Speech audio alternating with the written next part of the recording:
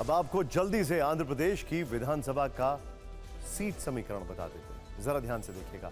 सदन में कुल 175 सीटें हैं, जिसमें टीडीपी के पास 135, जनसेना पार्टी के पास 21, पिछली बार के सीएम जगन मोहन रेड्डी की पार्टी के पास इस बार 11 सीटें हैं मात्र, जबकि बीजेपी ने 8 सीटें हासिल की।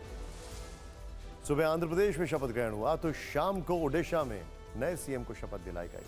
हम आपको इसकी जानकारी दे दें कि इससे पहले एक तस्वीर दिखा देते हैं जिस पर शायद ही आपकी निगाह गई हो। ध्यान से देखिएगा। ओडिशा में बीजेपी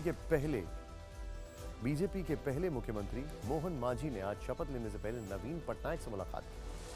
काफी देर तक उनके साथ बातचीत की। नवीन बाबू लगातार 24 सालों तक राज्य के सीएम रहे। उन्हें ओडिशा का प्राइड कहा जाता है। यह राजनीति की बिल्कुल अलग तस्वीर है। इसी दौर में बीजेडी के साथ सरकार में शामिल रही बीजेपी ने आज अपने दम पर ओडिशा में सरकार बना ली है। इंटरेस्टिंग बात यह है कि चुनाव से पहले अगर दोनों का टाई अप होता तो शायद ज्वाइंट सरकार होती, लेकिन वो किस वजह से नहीं हो पाया। कुछ देर पहले पीएम मोदी की मौजूदगी में मोहन मांझी ने राज्य के नए मुख्यमंत्री पद की शपथ ली। उनके साथ 2 डिप्टी सीएम कनक वर्धन सिंह देव और प्रभाती परिदा ने भी शपथ ली। मोहन मांझी को सीएम बनाकर बीजेपी ने बड़ा दांव खेला है। उन्हें मुख्यमंत्री बनाने के पीछे बीजेपी की क्या रणनीति है, ये देखें आप।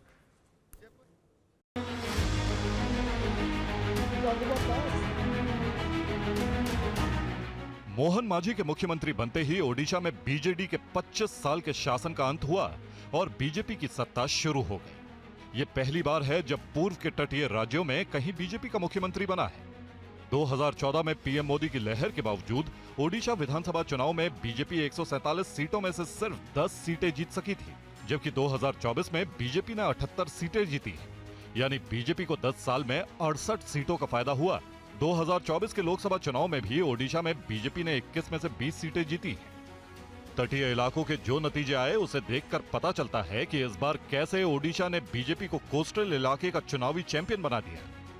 देश के 5 तटीय राज्य पश्चिम बंगाल, आंध्र प्रदेश, तमिलनाडु, केरल और ओडिशा को मिलाकर बीजेपी ने 2014 में लोकसभा चुनाव में सिर्फ 6 सीटें जीती थी, जबकि 2024 में इन्हीं 5 तटीय राज्यों में बीजेपी ने 36 सीटों पर जीत दर्ज की। तटीय राज्यों में बीजेपी की बड़ी जीत के पीछे आदिवासी वोट फैक्टर भी है। बीजेपी आदिवासी वोट खींचने के लिए जोर लगा रही है। उसे उम्मीद है कि आदिवासी कनेक्ट से उसे दूसरे राज्यों में भी बड़ा फायदा है। ओडिशा में 22.8% आदिवासी आबादी है। 30 से 35 सीटों पर आदिवासियों का दबदबा है। बीजेपी को ओडिशा में 40% आदिवासी वोट मिला। सिर्फ तटीय इलाके ही नहीं बल्कि देश के दूसरे आदिवासी इलाकों में भी बीजेपी को भर भर कर वोट मिले। मोहन मांझी भी इसी आदिवासी समुदाय से आते हैं। क्युंझर से 4 बार के विधायक रहे मांझी आदिवासी अधिकारों की मुखर आवाज रहे हैं।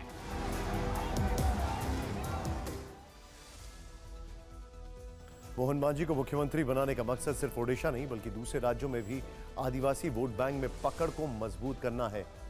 मोहन मांझी एक मजबूत और तेज तर्रार आदिवासी नेता है। इसी साल महाराष्ट्र के अलावा झारखंड में भी विधानसभा चुनाव है। लोकसभा चुनाव में एनडीए को झारखंड की 14 में से 9 सीटें मिली हैं, जबकि 2019 में यह आंकड़ा 12 था, यानी 3 सीटों का पार्टी को नुकसान हुआ।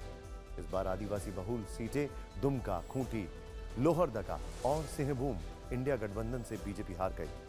2011 की जनगणना के अनुसार झारखंड में अनुसूचित जनजातियों की आबादी राज्य की कुल जनसंख्या का 26.2% है। हेमंत सोरेन की गिरफ्तारी के बाद झारखंड में एनडीए को झटका लगा है। ऐसा कहा जा रहा है कि ओडिशा में मांझी को कमान सौंपकर बीजेपी झारखंड में आदिवासी मतदाताओं को लुभाने की कोशिश कर रही है। इतना ही नहीं, बीजेपी को मणिपुर में भी आदिवासी वोट बैंक में जबरदस्त झटका लगा।